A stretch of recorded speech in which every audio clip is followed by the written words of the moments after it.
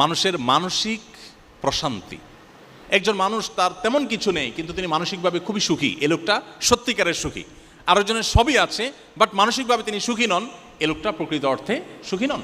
দিন থেকে, ইসলাম থেকে আমরা দূরে সরছি। যতটা দূরে সরবো তত বেশি আমাদের অশান্তি আমাদেরকে ঘিরে ধরবে। ডিপ্রেশন এখন ঘরে ঘরে, ডিপ্রেশন এখন জনে জনে, এখন প্রতিটা মানুষ কম বেশি ডিপ্রেসড। ফিনল্যান্ড পরপর 5 বছর ইউরোপের এই দেশটি পৃথিবীর সবচেয়ে সুখী দেশ হিসাবে নির্বাচিত হয়েছে। ফিনল্যান্ড, এদেশে মানুষের সংখ্যা সম্ভবত 55 লাখ, কম বেশি 55 লাখ মানুষের বসবাস। এই দেশটিকে বলা হচ্ছে পরপর 5 বছর তারা পৃথিবীর সবচেয়ে সুখী দেশ। কেন সবচেয়ে সুখী দেশ? তার অনেক কারণ আছে। এদেশের যে সবুজ পরিবেশ, সেখানকার যে হ্রদগুলো, আমরা কোরআনে যে জান্নাতের কথা শুনি, জান্নাত মানে বাগানসমূহ, সেখানকার যে নেচার, সেখানকার যে প্রকৃতি, এটা এতটাই সুন্দর, এতটাই ভালো যে সেটাকে বলা হয় সবুজ সোনা।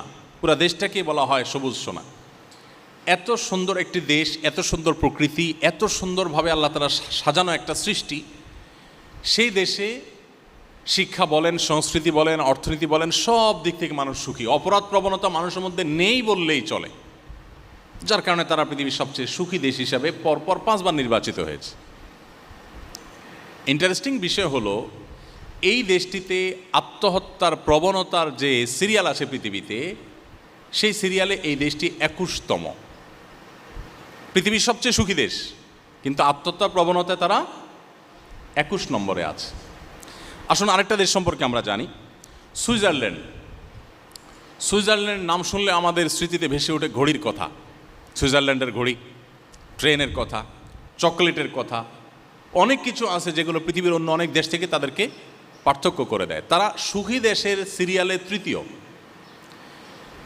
সুখী দেশের সিরিয়ালে তৃতীয় হওয়া সুইজারল্যান্ডের মানুষ সুখী, কারণ সেখানকার শিক্ষা, সংস্কৃতি, অর্থনীতি, সেখানকার পরিবেশ সব কিছু পৃথিবীর অন্য সব দেশের চাইতে ডিফারেন্ট এবং ভালো।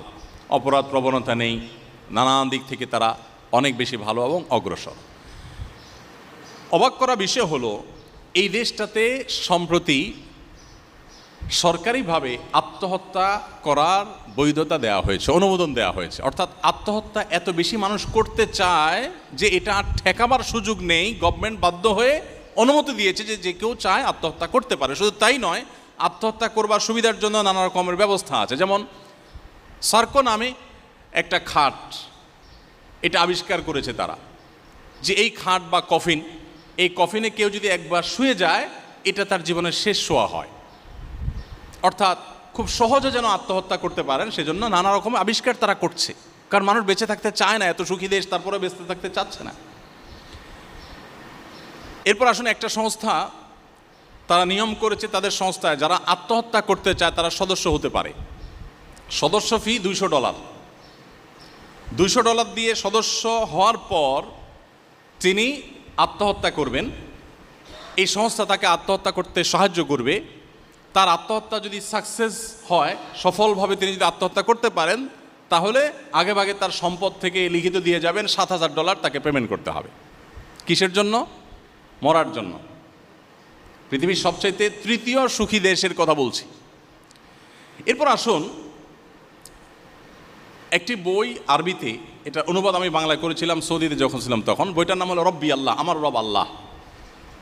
কেন ইমানদার সুখী হয়, কেন নামাজ মানুষকে সুখের দিকে নেয়, কেন ডিপ্রেশন থেকে বাঁচার একমাত্র ওয়ে হলো নামাজ ও ইমান, রিয়েল ওয়ে, প্রকৃত উপায় কেন, এটা বোঝাবার জন্য বলছি যে রব্বি আল্লাহ কিতাব, এই বইটির মধ্যে একটা গ্রাফ আছে। সে গ্রাফটা হলো পৃথিবীতে আত্মহত্যার রেশিও কোন ধর্মের মানুষের মধ্যে, কোন সমাজে কতটা বেশি বা কম, এই বিষয়টাকে তুলে ধরা হয়েছে গ্রাফে। সে গ্রাফে উল্লেখ করা হয়েছে যে পৃথিবীতে সবচাইতে আত্মহত্যার প্রবণতা সবচেয়ে বেশি হলো ধর্মে অবিশ্বাসী নাস্তিকদের মধ্যে, সব দেশেই এটা। এবং এই জরিপটা যার তার জরিপ না, এটা বিশ্ব স্বাস্থ্য সংস্থার জরিপ, এবং 1 বছরের জরিপ না, ওখানে পরপর কয়েক বছরের জরিপ তুলে ধরা হয়েছে যে পরপর অনেক বছর ধরে একই রেশিও দেখা যাচ্ছে, সবচেয়ে বেশি আত্মহত্যার প্রবণতা হলো নাস্তিকদের মধ্যে। এরপর মজার বিষয় হলো সবচেয়ে কম আত্মহত্যার প্রবণতা হলো মুসলমানদের মধ্যে। পৃথিবীতে কয়েক বছরের জরিপ তুলে ধরা হয়েছে, পৃথিবীতে সবচেয়ে কম আত্মহত্যা হয় মুসলমানদের মধ্যে। এখন প্রশ্ন ওঠে যে পার্থক্যের জায়গাটা কোথায় আসলে। পাশাপাশি আরেকটা তথ্য দিয়ে রাখি, আমার পৃথিবীতে যে সমস্ত দেশে যাওয়ার সুযোগ হয়েছে এর মধ্যে জাপান সম্পর্কে আপনারা জানেন, জাপানে আমার যাওয়ার সুযোগ হয়েছে, কোরিয়াতে আমার যাওয়ার সুযোগ হয়েছে। আপনারা জানেন যে জাপানিজরা সবচেয়ে ভদ্র, জেন্টেল পৃথিবীর। একসময় তাদের ইতিহাস অনেক বাজে ছিল, কিন্তু তাদের হিরোশিমা যে ট্র্যাজেডি, তারপর থেকে তারা পরিবর্তন হয়ে গেছে। জাতি হিসাবে পৃথিবীর সবচেয়ে সভ্য, সবচেয়ে ভদ্র, সবচেয়ে জেন্টেল জাতি তারা। এবং জাপান থেকে ঘুরে আসার পর বেশ কিছুদিন যাবৎ আমি একাধিকবার গিয়েছি, যেবারই গিয়েছি সফর শেষ করে দেশে আসার পর আমার নিজেরই আচার আচরণের মধ্যে এক ধরনের পরিবর্তন আমি লক্ষ্য করতাম। অফিসে যখন স্টাফদের সাথে কথা বলতাম আস্তে আস্তে কথা বলতাম, বাসায় যখন কথা বলতাম পরিবারের সদস্যদের সাথে ধীরে ধীরে কথা বলতাম। কারণ ওখানে ওই যে মানুষ ফিস করে কথা বলে, কেউ কারো দ্বারা যেন ডিস্টার্ব না ফিল না করে, কেউ কারো দ্বারা কষ্ট না পায়, এতটা জেন্টেল তারা। বেশ কিছুদিন তাদের মধ্যে থাকলে দোকানপাট রাস্তাঘাটে গেলে নিজের মধ্যে একটা পরিবর্তন চলে আসে, এই লেভেলের জেন্টেল। এবং তথ্য প্রযুক্তিতে তারা কতটা এগিয়ে সেটা তারা বলার অপেক্ষা রাখে না। আপনারা ইঞ্জিনিয়ারিং কলেজের স্টুডেন্ট, আপনাদের আরও ভালো জানা থাকার কথা। এই জাপানিজদের মধ্যে আত্মহত্যার প্রবণতা সবচাইতে বেশি। কোরিয়ানদের মধ্যে আত্মহত্যার প্রবণতা সবচাইতে বেশি। এত বেশি আত্মহত্যার প্রবণতা এমনকি জার্মানিদের মধ্যে, ওই রব্বি আল্লাহ বইয়ের মধ্যে লেখা আছে যে অস্ট্রেলিয়াতে একটা ব্যাগ আবিষ্কার করা হয়েছে, লাইফ ব্যাগ না কি যেন নাম, এটা জাস্ট সেট করবে আর আত্মহত্যা হয়ে যাবে। আত্মহত্যার জন্য যে কত রকমের কসরত এবং প্রচেষ্টা। এখন আমার প্রশ্ন হলো, পৃথিবীর সবচাইতে সুখী দেশ, পৃথিবীর সবচাইতে আপনার সুন্দর দেশ হওয়ার পরও মানুষ বেঁচে থাকতে চাচ্ছে না কেন? কারণ একটাই, যে সব কিছুই আছে, মানসিক প্রশান্তিটা আসলে নেই। নবী করিম সাল্লাল্লাহু আলাইহি সাল্লাম বলেছেন, লাইসাল গিনা বিকাসরাতিল আরদ। পৃথিবী তথ্য প্রযুক্তির উন্নতির চরম শিখরে পৌঁছে যেতে পারে, নানা রকমের আবিষ্কার দিয়ে পৃথিবীর মানুষের জীবনযাত্রাকে পানির চাইতে সহজ করে ফেলা হতে পারে, বাট এর কোনোটি মানুষকে সুখী করবে না, এর কোনোটি মানুষকে মানসিক প্রশান্তি এনে দিবে না। ওয়ালাকিন্নাল গিনা গিনান নাফস। নবী করিম সাল্লাল্লাহু আলাইহি সাল্লাম বলেছেন, এই সচ্ছলতা, এই উন্নয়ন, এটা আসলে প্রকৃত সচ্ছলতা নয়। আসল এবং প্রকৃত সচ্ছলতা হলো মানুষের মানসিক প্রশান্তি। একজন মানুষ তার তেমন কিছু নেই কিন্তু তিনি মানসিকভাবে খুবই সুখী, এ লোকটা সত্যিকারের সুখী। আরেকজনের সবই আছে বাট মানসিকভাবে তিনি সুখী নন, এ লোকটা প্রকৃত অর্থে সুখী নন। আমাদের দেশের কথা যদি আমরা বলি, আমি কিছুদিন আগে বগুড়ায় গিয়েছি, একজন ডক্টর চিকিৎসক তিনি আমাকে এসে বললেন যে ভাই, আমাদের এই বগুড়াতে গেল কয়েক বছরে আত্মহত্যার প্রবণতা খুব ভয়ঙ্করভাবে বেড়ে চলেছে এবং রেশিওটা এতটাই বৃদ্ধি পেয়েছে যে এটা রীতিমতো ভাববার মতো। এই বিষয়ে আপনি কিছু বলেন। আপনারা অনেকেই জানেন যে করোনাকালীন সময়ে শুধুমাত্র বিশ্ববিদ্যালয়ের শিক্ষার্থীদের মধ্যে যেই পরিমাণ আত্মহত্যার ঘটনা দেখা গেছে এক বছরে, সেটা এর আগে 10 বছরেও দেখা যায়নি। এবং দিন যত যাচ্ছে আমাদের মধ্যে এই প্রবণতা বাড়ছে। কেন বাড়ছে? দিন থেকে, ইসলাম থেকে আমরা দূরে সরছি। যতটা দূরে সরবো তত বেশি আমাদের অশান্তি আমাদেরকে ঘিরে ধরবে। ডিপ্রেশন এখন ঘরে ঘরে, ডিপ্রেশন এখন জনে জনে, এখন প্রতিটা মানুষ কম বেশি ডিপ্রেসড। আমরা যদি আমাদের শৈশবে ফিরে চলে যাই, আমরা দেখব আমাদের বাপ চাচারা, আমাদের আশপাশের মানুষগুলো এত ভালো ছিলেন না, এত সুখে ছিলেন না। আমরা আমাদের দেশের বাস্তবতা যদি চলে যাই, 2 দশক 3 দশক আগে আমাদের দেশে এত কলেজ ইউনিভার্সিটি ছিল না, এত আপনার রাস্তাঘাটের এত উন্নয়ন ছিল না, আমাদের দেশে অনেক কিছুই ছিল না, কিন্তু মানুষগুলো তুলনামূলকভাবে এখন থেকে অনেক বেশি হ্যাপি ছিলেন, সুখী ছিলেন। আত্মহত্যা এটা কালে ভদ্রে হতো, এখন যেরকম দেখা যাচ্ছে সকাল বিকাল এরকম হতো না। এর অন্যতম কারণ হলো তাদের ভিতরে ইসলামের চর্চা কিছুটা হলেও ছিল, যেটা এখন একেবারে নাই। সম্মানিত উপস্থিতি, নামাজ সম্পর্কে আমি বলছিলাম, প্রিয় নবী সাল্লাল্লাহু আলাইহি সাল্লাম বলতেন, আরেহনা বিহা ইয়া বেলাল। বেলাল রাদিয়াল্লাহু তাআলা আনহু ছিলেন আমাদের প্রিয় নবীর মুয়াজ্জিন। তাকে বলতেন, বেলাল তুমি আজান দিয়ে মানুষদেরকে ডাকো, একত্র করো, আমাকে একটু প্রশান্ত করো, আমি একটু নামাজ পড়ে প্রশান্তি পেতে চাই।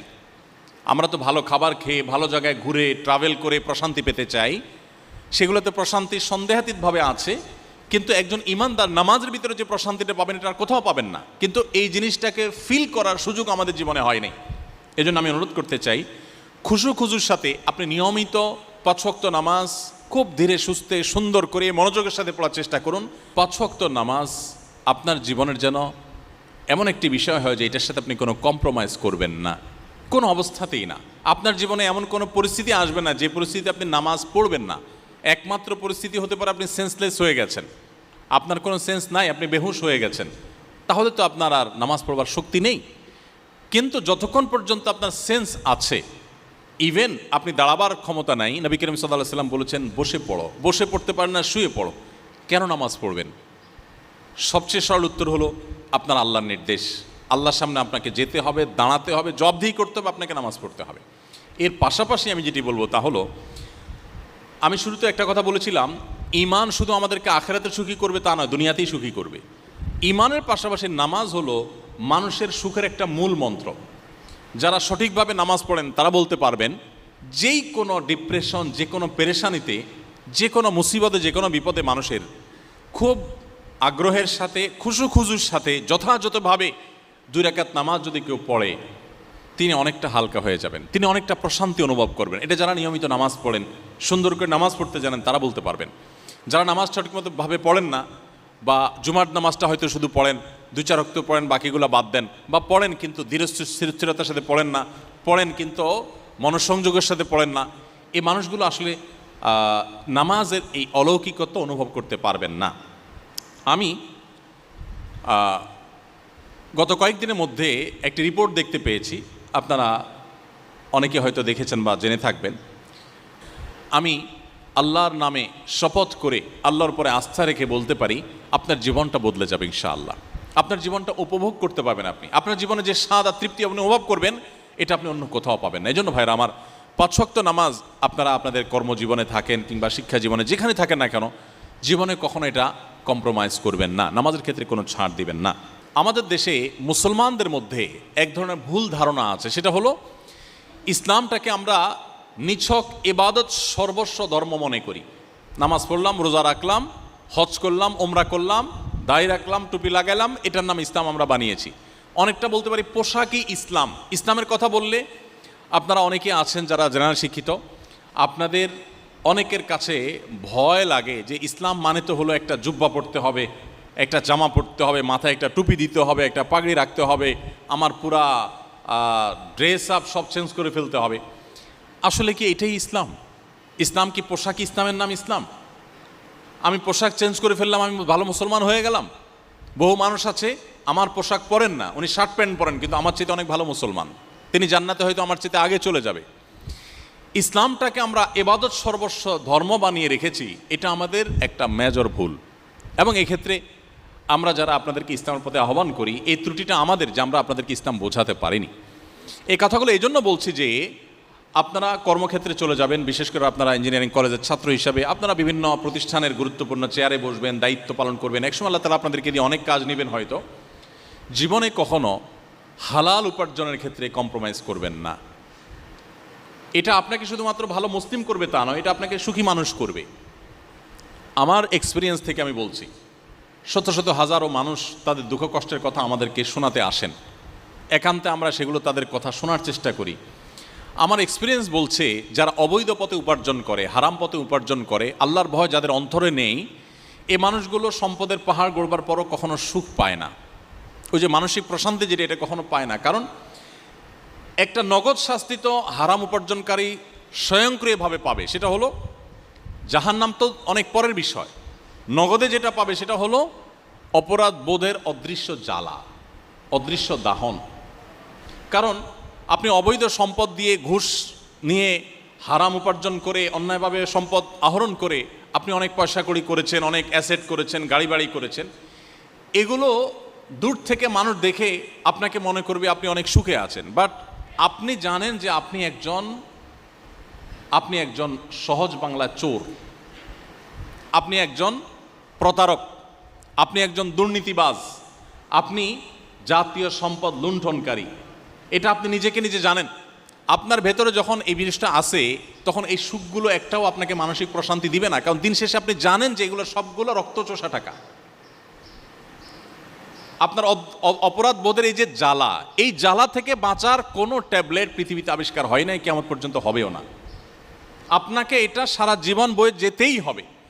আপনার অবৈধ উপার্জন দিয়ে আপনার সন্তান খুব হাসি মুখে তার লাইফ হয়তো লিড করতে পারে, আপনার নাতিপুতি তারা হয়তো এক সময় অনেক বেশি আপনার সম্পদ দিয়ে তারা সুখ স্বাচ্ছন্দ্যে থাকতে পারে, বাট আপনি নিজে নিজে জ্বলে পুড়ে মরবেন, কারণ আপনি জানেন সবগুলো অবৈধভাবে উপার্জন করা টাকা, রক্তচোষা টাকা, প্রতারণা করে দুর্নীতি করে কামানো টাকা। এই যে অপরাধ বোধের যে একটা জ্বালা থাকে, এই জ্বালা থেকে কোনো মানুষ রক্ষা পেতে পারে না। প্রত্যেকটা মানুষকে প্রতিটা অপরাধ কিন্তু তাকে জ্বালা দিতে থাকে। অবৈধ পথে উপার্জনের নগদ শাস্তি এটা। আপনাকে দেখে সুখী মানুষ হতে পারে, কিন্তু আপনার চেয়ে দুঃখী মানুষ আরেকটা পাওয়া যাবে না।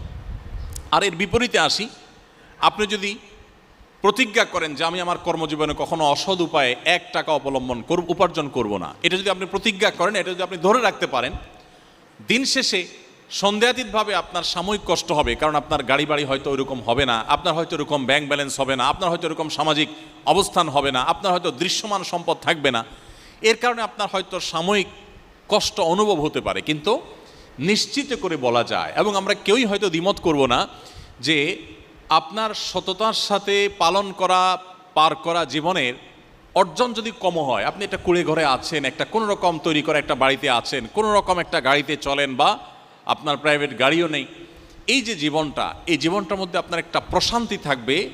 আপনি জানেন আপনি কোনো অবৈধ উপার্জন করেননি, আপনার প্রতিটি পয়সা টনটন করে বাঁচবে, আপনার বাড়ি, আপনার আবাসন, আপনার সব কিছু সম্পূর্ণ হালাল টাকায়। এই যে একটা উপলব্ধি, এটা আপনাকে মানসিকভাবে এতটাই প্রশান্ত করবে যেটা আপনি কল্পনা করতে পারেন না। সম্মানিত উপস্থিতি, আমি বহু হারাম টাকায় সম্পদশালী হওয়া মানুষের সাক্ষাৎকার নিয়েছি, তাদের একান্ত আলাপ শুনেছি। তাদের কথাগুলো শুনে আমার কাছে এটাই মনে হয়েছে যে হারাম উপার্জন করে মানুষ কখনোই মানসিক প্রশান্তি অর্জন করতে পারে না।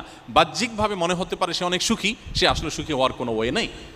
আর কোরআনে কারিমেরও একটি আয়াত আছে যেটি আমাদের জন্য গুরুত্বপূর্ণ। কেন গুরুত্বপূর্ণ? আয়াতটা আমি পরে বলছি। গুরুত্বপূর্ণ এই জন্য যে আমাদের দেশের মানুষের মধ্যে একটা ধারণা, মুসলমানদের মধ্যে একটা ধারণা তৈরি হয়ে গেছে যে টাকা হইলে বাঘের কল্লাও পাওয়া যায়। একটা প্রবাদ আছে, টাকা হলে বাঘের কল্লাও পাওয়া যায়, তার মানে টাকা হলে সবই পাওয়া যায়। অতএব আমার প্রথম প্রায়োরিটি হলো টাকা কামাই করা, বৈধ অবৈধ দেখা দেখি দরকার নেই, টাকা আসুক। টাকা এসে গেলে যেহেতু বাঘের কল্লাও পাওয়া যাবে, অতএব টাকা দিয়ে আল্লাহরও পাওয়া যাবে। এটা হলো আমাদের ধারণা, যার কারণে দেখবেন মানুষ যৌবন বয়সে ইসলামের ধারে কাছে যেতে চায় না। অনেকে আছেন ইয়াং বয়সে টাকা হয়ে গেছে, হজ করার মতো টাকা আছে তার কাছে, অ্যাবিলিটি আছে।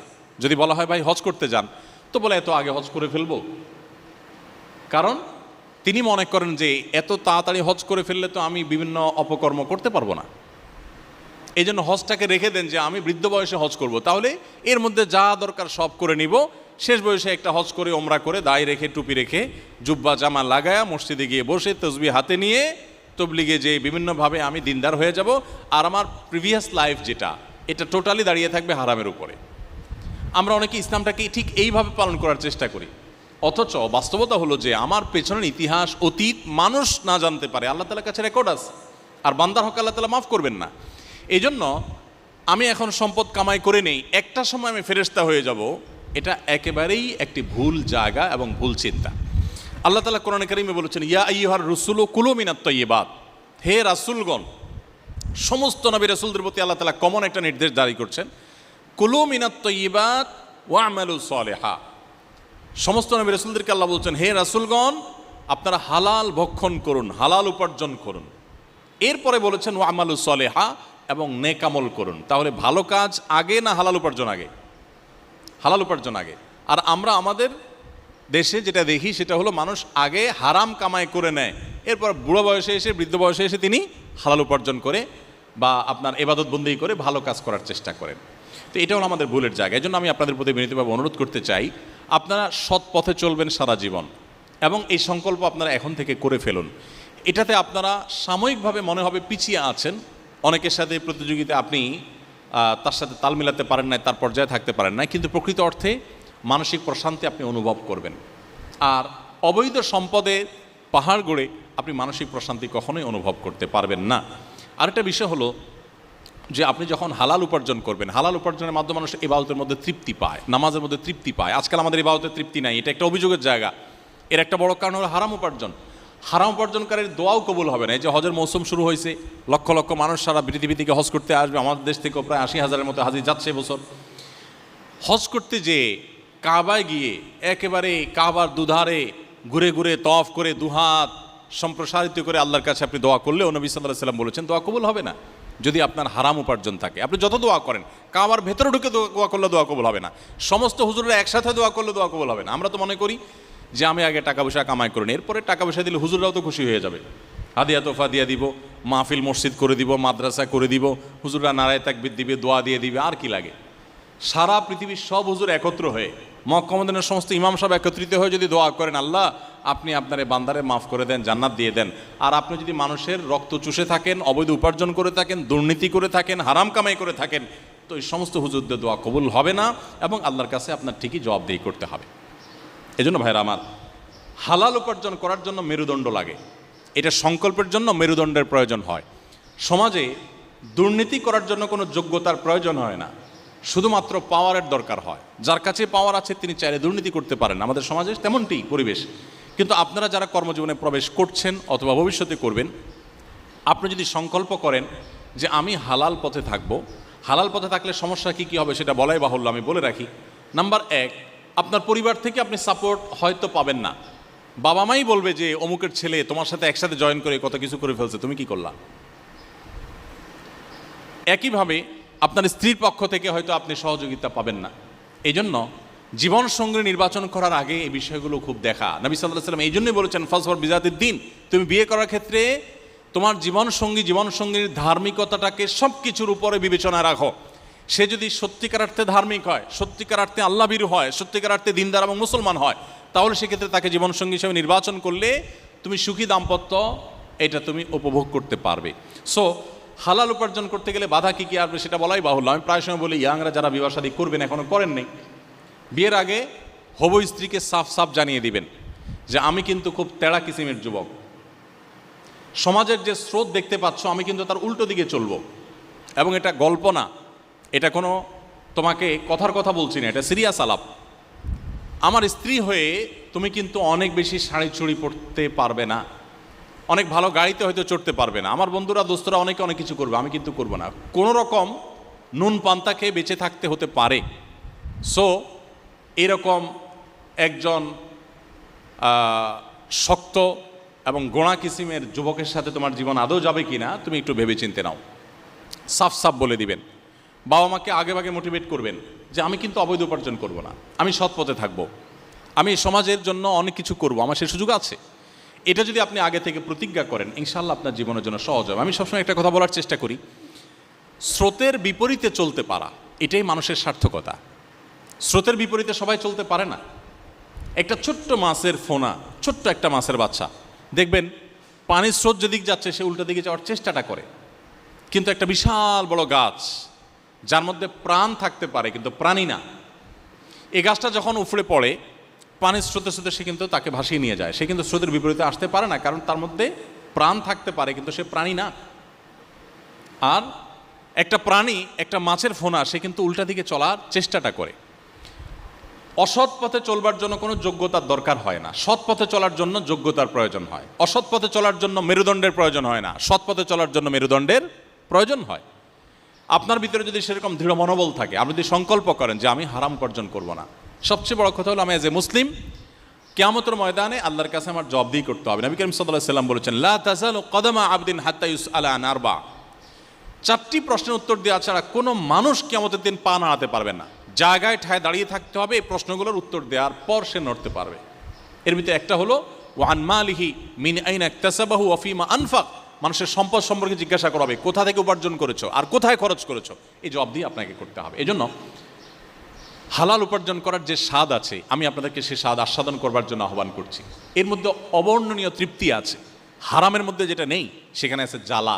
বাহ্যিকভাবে সম্পদের পাহাড় হয়, কিন্তু সেই সাথে থাকে অন্তর্জ্বালা। অতএব হালাল উপার্জনের ক্ষেত্রে আপনারা কোনো কম্প্রোমাইজ করবেন না, এটা সংকল্প এখন থেকে করে ফেলুন। এরপর 5 নম্বর যে বিষয়টি বলতে চাই তা হলো মানুষের অধিকারের উপর আমাদের সচেতন থাকতে হবে। মানুষের অধিকার এর বিষয়টা অনেক ব্যাপক, খুব বেশি সময় নেই, আমার অনেক সময় আমি নিয়ে ফেলেছি আপনাদের।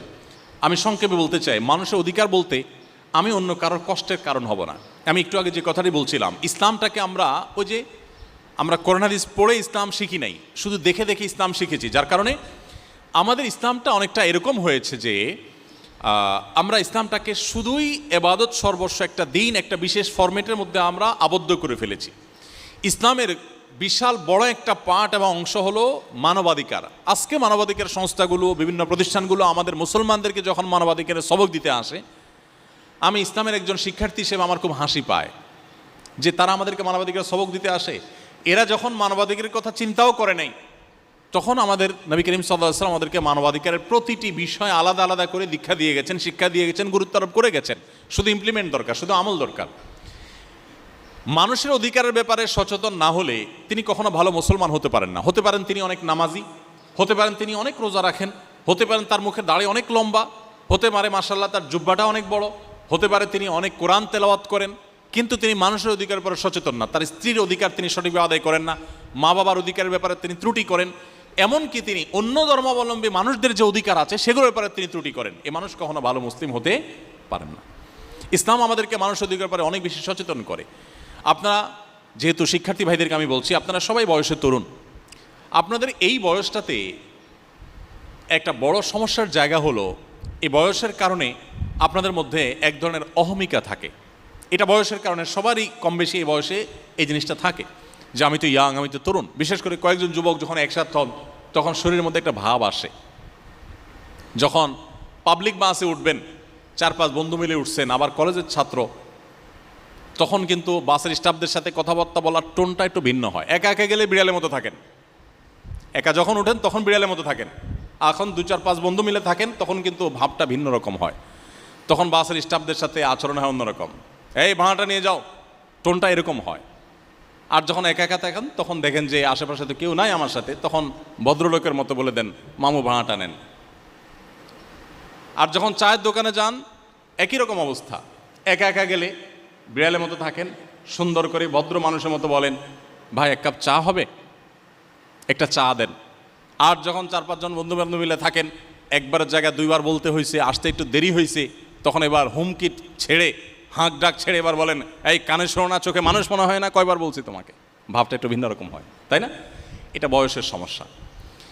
এই বয়সে আমরা অনেকেই অনেক মানুষের অধিকার নষ্ট করি, ওই যে বয়সের যে উচ্ছলতা, যৌবনের যে উচ্ছলতা আছে সেই কারণে। রিক্সাওয়ালার সাথে একটা বেশি 2টা কথা কাটাকাটি হয়েছে, মেরে দিয়েছেন একটা চর থাপ্পড় ঘুষি। কী করবে এটা রিক্সাওয়ালা? আমি ইয়াং মানুষ, কলেজের ছাত্র, আরও বন্ধু বান্ধব আছে, কী করবে? এই জিনিসগুলো আমরা অনেকে করি। একটা ডেঞ্জারাস বিষয় কি জানেন?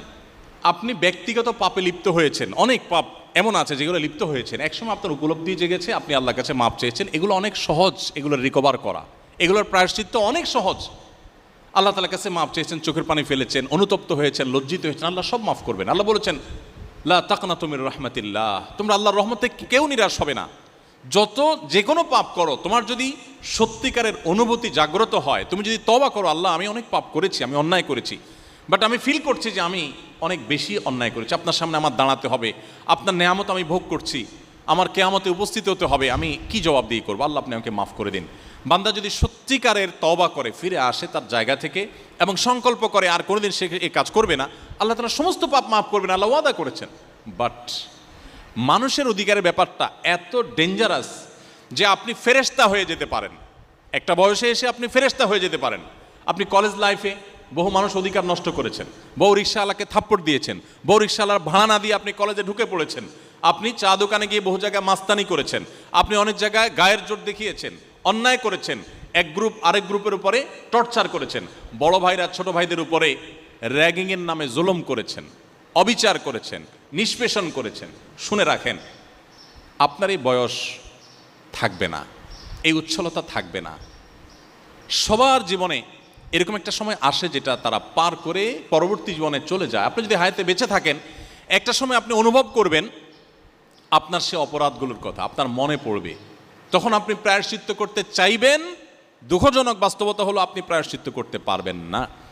আপনাদেরকে একটা হাদিস শোনাতে চাই, যে হাদিসটা খুব ভয় জাগানিয়া, অন্তর কাঁপানো হাদিস। নবী করিম সাল্লাল্লাহু আলাইহি ওয়াসাল্লাম বলেছেন, আতাদরুনা মানিল মুফলিস, তোমরা কি জানো সবচেয়ে বড় ভিখারিকে? সাহাবীরা উত্তর দিলেন, ইয়া রাসূলুল্লাহ, আল মুফলিসু ফিনা মাল্লা দিনার আল হুলা দিরহামা। দুঃখিত, যার টাকা পয়সা নেই, অর্থ করি নেই, আমরা তো তাকেই মনে করি ভিখারি। নবী করিম সাল্লাল্লাহু আলাইহি ওয়াসাল্লাম বলেছেন, আরে না, এই লোক প্রকৃত ভিখারি না। টাকা পয়সা আজকে নাই, কালকে হয়ে যাবে। কারোর টাকা পয়সা নাই, তার হাত পা সুস্থ, শরীরটা স্বাভাবিক, সে তো সুখী। একদিক থেকে না হলে আরেক দিক থেকে সে ভালো আছে। বাট সত্যিকারের এবং প্রকৃত ভিখারি এবং অভাবী এবং রিক্ত হস্ত মানুষ হলো সে, যে দুনিয়াতে কম বেশি ভালো কাজ করেছে, নফল নামাজ পড়েছে, ফরজ নামাজ পড়েছে, রোজা রেখেছে, দান সাদাকা করেছে, ওয়াজ শুনেছে, ওয়াজ করেছে, কোরআন তেলাওয়াত করেছে, অনেক অনেক ভালো কাজ করেছে, হজ করেছে, উমরা করেছে, অনেক কিছু করেছে। করার পর কিয়ামতের ময়দানে সে উপস্থিত হয়েছে, মোছে তাও দিতে দিতে, গোপে তেল মাখতে মাখতে সে আল্লাহর কাছে উপস্থিত হয়েছে। কি আশা? যে আমি অনেক তো ইবাদত বন্দি করে আসছি, অতএব জান্নাত আমার ঠেকাবে কে? সে এক্সপেক্ট করতেছে যে আমাকে তো ফেরেশতারা প্রথমেই হয়তো গালিচা দিবে, ফুলের মালা দিবে। চোখ মেলে দেখে মুগুর নিয়ে দাঁড়ায় আছে। নবী করিম সাল্লাল্লাহু আলাইহি ওয়াসাল্লাম বলেছেন, কিয়ামতের ময়দানে এরকম বহু মানুষ আছে যে দুনিয়াতে তার মুখে হয়তো দাড়ি ছিল, নামাজ ছিল, অনেক কিছু ছিল, বাট সে বিভিন্নভাবে মানুষের অধিকার নষ্ট করেছে। কাউকে দুর্বল পেয়ে তাকে একটা বাজে কথা বলেছে, কটু কথা বলেছে, সে প্রতিবাদ করতে পারে নাই।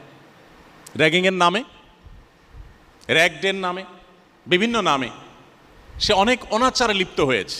বিশেষ করে মানুষের প্রতি অবিচারের যে জায়গাগুলো, সেই জায়গাগুলোতে সে নিকৃষ্ট মানুষের ভূমিকা অবতীর্ণ হয়েছে। নবী করিম সাল্লাল্লাহু আলাইহি ওয়াসাল্লাম বলেছেন, এই লোকটা একটা সময় সে হয়তো ফেরেশতা হয়ে যেতে পারে। অনেক মানুষ আছেন যে বুড়ো বয়সে এসে মাশাআল্লাহ হাজী সাহেব, গাজী সাহেব হয়ে যাচ্ছেন, ইয়াং বয়সে কি করেছেন এটাই হলো মুখ্য বিষয়। তো এই লোকটা যখন আল্লাহর কাছে হাজির হবে কিয়ামতের ময়দানে, নবী করিম সাল্লাল্লাহু আলাইহি ওয়াসাল্লাম বলেছেন, সে তো মনে করবে যে জান্নাতে যাচ্ছে, এদিকে তাকে ঘিরে ধরবে সমস্ত প্রাপকেরা। দুনিয়াতে যে রিকশাওয়ালাকে চড় থাপ্পড় মেরেছিল, দুনিয়াতে কলেজের ছোট ভাইয়ের প্রতি যে অবিচার করেছিল, ওই ছোট ভাইটা মুখ বুজে সহ্য করেছে, হয়তো মাথা তুলে প্রতিবাদ করবার সাহস পায়নি। এই লোকটা সেদিন সেখানে চলে যাবে, সবাই অটোমেটিক হাজির হয়ে আল্লাহ তাআলা সবাইকে হাজির করে ফেলবেন।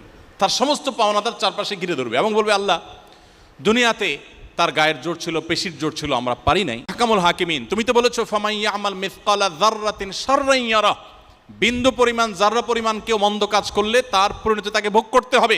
তো এই লোকটা আমার প্রতি যে অবিচার করেছিল, আমাকে গালি দিয়েছিল, গায়ে হাত তুলেছিল, অবিচার করেছিল, জুলুম করেছিল, বড় ভাই হয়ে করেছিল, সে কলেজের ছাত্র হয়ে আমি রিকশার প্রতি করেছিল, বাস স্ট্যান্ডের প্রতি করেছিল, দোকানদার হিসাবে আমার প্রতি করেছিল, অন্য মানুষের প্রতি করেছিল। আল্লাহ, তার পলিটিক্যাল পাওয়ার, তার পেশি শক্তির পাওয়ার, তার অর্থের পাওয়ার, এগুলোর কারণে আমি কিছু করতে পারি নাই।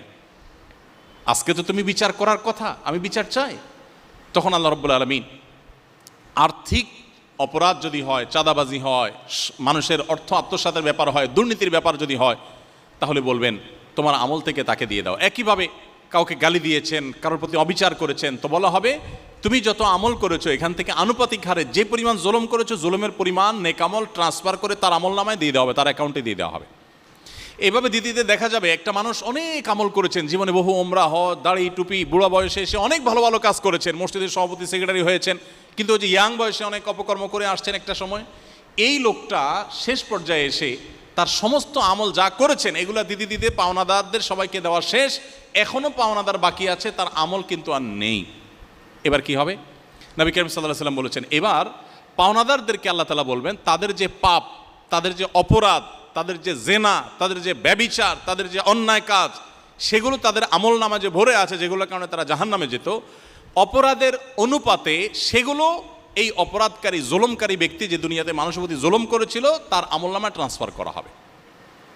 যেখানে সে অনেক হজ উমরা নিয়ে গেছে, অনেক নামাজ নিয়ে গেছে, অনেক রোজা নিয়ে গেছে, অনেক কোরআন তেলাওয়াত নিয়ে গেছে, অনেক দাড়ি টুপি নিয়ে গেছে, অনেক ভালো কাজ নিয়ে গেছে, অনেক মানবিক কাজ নিয়ে গেছে, এই সবগুলো তো অলরেডি বন্টন করা শেষ, কিন্তু এত মানুষের প্রতি জুলুম করেছে যে সে মানুষগুলোর পাওনা এখনো শেষ হয় নাই। তখন এবার পাওনাদারদের অপরাধের বোঝা তার অ্যাকাউন্টে ট্রান্সফার করে সেগুলো তার মাথায় চাপিয়ে তারপর আল্লাহ তাআলা দায়মুক্ত করবেন। দায়মুক্তির পর তার আমল নামাতে কোনো ভালো কাজ তো নেই, সব আছে মন্দ কাজ। যে লোকটা সারা জীবন করেছে ভালো কাজ, কিয়ামতের ময়দানে তার অ্যাকাউন্টে সমস্ত ভালো কাজগুলো খালি হয়ে, শূন্য হয়ে, মন্দ কাজে পরিপূর্ণ হওয়ার পর আল্লাহ বলবেন এবার তাকে জাহান্নামে ফেলে দাও। নবী করিম সাল্লাল্লাহু আলাইহি ওয়াসাল্লাম বলেছেন, সেদিন এই লোকটা হবে সবচেয়ে রিক্ত হস্ত এবং অভাবী। এ হলো প্রকৃত ভিখারি যে এত কিছু করার পরও কিছুই থাকবে না এবং জাহান্নামে তাকে যেতে হবে। প্রিয় ভাইরা আমার, আমি আপনাদেরকে বিনীতভাবে অনুরোধ করতে চাই, প্লিজ কোনো মানুষের কারোর ব্যথা, কারোর কষ্টের কারণ কখনো হবেন না। এটা পশুত্ব, এটা মনুষ্যত্ব না। আমার অবাক লাগে যে শিক্ষিত সমাজে আমাদের কলেজ বিশ্ববিদ্যালয়গুলোতে বিভিন্ন নামে আমাদের সিনিয়র ভাইদেরকে জুনিয়রদের প্রতি জুলুম করতে, টর্চার করতে দেখা যায়। আমার অবাক লাগে যে যারা শিক্ষিত, যারা এই জাতির কর্ণধার, যারা এই জাতির ভবিষ্যৎ, যারা আমাদের সামনের ভবিষ্যতের দিকপালের ভূমিকা রাখবে, তারা যদি এরকম অমানুষ হয়। পশুও তো সাধারণত কোনো কারণ ছাড়া আরেকটা পশুর উপরে চড়াও হয় না। নবী করিম সাল্লাল্লাহু আলাইহি সাল্লাম বলেছেন, মাল্লাম ইয়ারহাম সগীরানা ওয়ালাম ইউকির কবীরানা ফালাইসা মিন্না। যে ব্যক্তি ছোটদের প্রতি স্নেহ মমতা দেখাতে পারে না, এতটুকু মমতা, এতটুকু মনুষ্যত্ব যার মধ্যে নেই, এবং বড়দেরকে যে রেসপেক্ট করতে পারে না, নবী করিম সাল্লাল্লাহু আলাইহি সাল্লাম বলেছেন সে আমার উম্মত হতে পারে না। অতএব আমি আপনাদের প্রতি অনুরোধ রাখতে চাই যে যৌবনের উচ্ছলতার কারণে, যৌবনের উন্মাদনার কারণে আপনার পেশি শক্তি, আপনার গায়ের জোর, এটা যেন কারোর চোখের পানির কারণ না হয়। ওকে আঘাত করেননি, আপনি বিনয়ী মানুষ হন। আপনার এই লাইফটা আপনাকে সারা জীবন সুখ দিবে। কিভাবে সুখ দিবে? আপনি যখন কর্মজীবনে যাবেন, আপনি যখন অবসরে যাবেন, আপনার কিন্তু এই পেছনের জীবনটা চোখের সামনে ভাসবে। তখন আপনার অনেক ভালো লাগা কাজ করবে যে আপনি ছোট ভাইদের হেল্প করেছেন, ছোট জুনিয়র ছাত্র ছাত্রীদের উপকার করেছেন, পারলে তাদের কোনো একটা ভালো কাজ করে দিয়েছেন, কারোর ক্ষতি করেননি পারতপক্ষে। আর এর বিপরীতে আপনি যদি মন্দ কাজ করে থাকেন, এখন হয়তো সাময়িক পৈশাচিক আনন্দ আপনি পাবেন, কিন্তু আপনি লিখে রাখেন ডায়েরিতে, আজ হোক আর 10 বছর পর হোক, আপনার এক সময় উপলব্ধি জাগ্রত হবে যে আমি এত খারাপ কাজ করেছি, ওই ছেলেটাকে ওই দিন অন্যায় করেছি, ওই মেয়েটার প্রতি ওই দিন জুলুম করেছি, রং মাখতে গিয়ে তার প্রাইভেসি নষ্ট করেছি, সে হয়তো কিছু বলতে পারেনি, সে নিবৃতে চোখের পানি ফেলেছে। এই চোখের পানিগুলো এক একটা বোমা হয়ে আপনার জীবনে আঘাত করবে এবং আপনি টেরও পাবেন না যে আপনার জীবনে কোত্থেকে কোন বিপদ কী কারণে আসছে, কার ব্যথা, কার চোখের পানি আপনার জীবনে ধ্বংসের কারণ হয়ে গেছে, আপনি টেরও পাবেন না। কিন্তু আপনি উপলব্ধি করতে পারবেন যে আমি সে সময় এত খারাপ ছিলাম। সবচেয়ে ভয়ঙ্কর দিক হলো আপনি যখন উপলব্ধি করতে পারবেন যে আমি অন্যায় করেছি। একটা সময় হয়তো আপনার এই বয়সের উচ্ছলতা থাকবে না, উশৃঙ্খলা থাকবে না, ভারত তো আসবে, আপনি তখন চাইবেন প্রায়শ্চিত্ত করতে। ওই ছেলেটার প্রতি অনেক অন্যায় করে ফেলেছিলাম, ওই মেয়েটার প্রতি অনেক জুলুম করেছিলাম, তখন আপনার মনে চাইবে যে একটু মাফ চাই, একটু বিহিত করি, কিন্তু সে সুযোগ আপনি পাবেন না। কোথায় সে আছে, কোন দেশে সে আছে, কোন সমাজে আছে, তাকে আপনি খুঁজে পাবেন না। আপনি চাইলেও এটা আদায় করতে পারবেন না। আর্থিক যে অনিয়ম, এগুলো রিকভার করা তুলনামূলকভাবে সহজ। আপনি কারোর 50 টাকা মেরে দিয়েছেন, তাকে পান নাই, ইসলামী শরিয়াতে তার বিকল্প আছে যে পাওনাদারকে পেলে তো পাওনাদারকে দিবেন, পাওনাদারের কোনো হদিস পাওয়া যাবে না, কোথায় কোন জেলা কোথায় আছে আমার সে বন্ধু আমি জানিও না, তার টাকা মেরে দিয়েছি। ওই রিক্সাওয়ালার টাকা মেরে দিয়েছি, দেইনি, কোথায় সে রিক্সাওয়ালা আছে আমি জানিও না, খুঁজে বের করা সম্ভব না। ইসলামী শরিয়া বলে এই টাকাটা তার তরফ থেকে আপনি দান করে দিবেন এবং পাশাপাশি আল্লাহর কাছে মাপ চাইবেন। আশা করা যায় কিয়ামতের ময়দানে রিকভার হবে এটা দ্বারা। বাট আপনি কাউকে একটা মন্দ কথা বলেছেন, আঘাত করেছেন, কোনো কারণ ছাড়া জুনিয়র একটা ভাইকে কান ধরে উঠবস করাইছেন, তার প্রতি অবিচার করাইছেন, তাকে কাজে লাগাইছেন, এ সমস্ত অন্যায়গুলো যখন করবেন, এই লোকটাকে আপনি একসময় আর খুঁজে পাবেন না। এটার প্রায়শ্চিত্ত করার কোনো বাহ্যিক ওয়ে আপনার সামনে আর থাকবে না। হ্যাঁ, যদি কেউ প্রকৃত অর্থে তওবা করে, সিরিয়াসলি তওবা করে এবং আল্লাহর কাছে অনেক বেশি অনুতপ্ত হয়, এর বিপরীতে আবার এরকম ভালো কাজ করে, হতে পারে কিয়ামতের ময়দানে আল্লাহ তাআলা এই প্রাপকদের সন্তুষ্ট করে তাকে মাফ করবেন। এটা একটা অপশন মাত্র, অনেক দূরবর্তী অপশন, কিন্তু বাহ্যিকভাবে এটা থেকে রক্ষা পাওয়ার কোনো পথ নেই। শুধু আখেরাত নয়, দুনিয়াতেই আপনি এটার জন্য অপরাধ বোধের অদৃশ্য জ্বালায় জ্বলতে থাকবেন, অদৃশ্য দাহনে আপনি পুড়তে থাকবেন। এই জন্য ভাইরা আমার, আমি অবাক হয়েছি আপনাদের প্রশ্নগুলো যখন আমার কাছে আসছে, একটু চোখ বোলানোর চেষ্টা করলাম। র্যাগ ডে সম্পর্কে যে সমস্ত তথ্য এবং সিনিয়র ভাইদের দ্বারা জুনিয়রদের প্রতি, জুনিয়র ছেলে মেয়েদের প্রতি যেভাবে নির্যাতনের তথ্য আমি শুনলাম, আমি যেহেতু মাদ্রাসা ব্যাকগ্রাউন্ডের মানুষ, একজন টিপিক্যাল হুজুর মানুষ, কিছু কিছু তো জানি সমাজের অংশ হিসাবে, সমাজের একজন নাগরিক হিসাবে তো আমি জানি কিছু কিছু জিনিস, বাট এত ডিপ আমি জানতাম না। আমি নতুন করে জানার সুযোগ হয়েছে যে সিনিয়ররা জুনিয়রদের প্রতি কত রকমের জুলুম করে। তো আমি আপনাদেরকে বলতে চাই, যারা সিনিয়র হয়েছেন, আল্লাহ যাদেরকে সিনিয়র করেছেন, এটা ইসলামের পার্সপেক্টিভ ছাড়াও আপনি যদি পশুদের কথা বলেন, আমার তো মনে হয় না যে কোনো পশুর মধ্যেও এই প্রবণতা আছে যে জাস্ট জুনিয়র হওয়ার কারণে ওরে দৌড়ের উপর রাখতে হবে। আপনারা এরকম কোনো পশুর নাম জানেন? আমি জানি না। গায়ের জোর আছে, পশু আরেক পশুর উপরে চড়াও হয়, এতটুকু আমরা জানি। কিন্তু জাস্ট জুনিয়র এটুকুর কারণে সিনিয়র কুকুরটা জুনিয়র কুকুরটারে দৌড়ের উপর রাখে, কান ধরে উঠবাস করায়। এরকম কোনো কুকুর আপনাদের জানা আছে? সরি, আমি কি বেশি খারাপ কথা বলে ফেললাম? এরকম কোনো পশুর কথা কি আপনাদের জানা আছে যে পশু জাস্ট তার চাইতে জুনিয়র হওয়ার কারণে তারে কষ্ট দেয়, তাকে টর্চার করে, তুমি কেন জুনিয়র হইছো? আবার আমি কিছু কিছু প্রশ্ন শুনে পড়ে বুঝলাম যে এটা নাকি আদব কায়দা শেখানোর নামে করা হয়। আমার প্রশ্ন হলো, এইটা যদি আদব হয় তাহলে বেআদব কোনটা? এটা যদি সভ্যতা শেখানো হয় তাহলে অসভ্যতা কোনটা? এটা যদি মানবিকতা শেখানো হয় তাহলে অমানবিকতার পশুত্ব কোনটা?